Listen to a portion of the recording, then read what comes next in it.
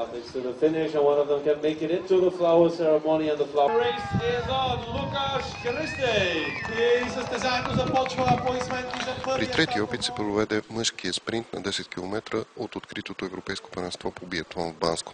Този път на Бънеришка поляна дори имаше слънце, а победител стана Кристиансен от Норвегия без нито една грешка в стрелбата. Втори остана Бенедикт Дол от Германия, третия Артем Прима от Украйна.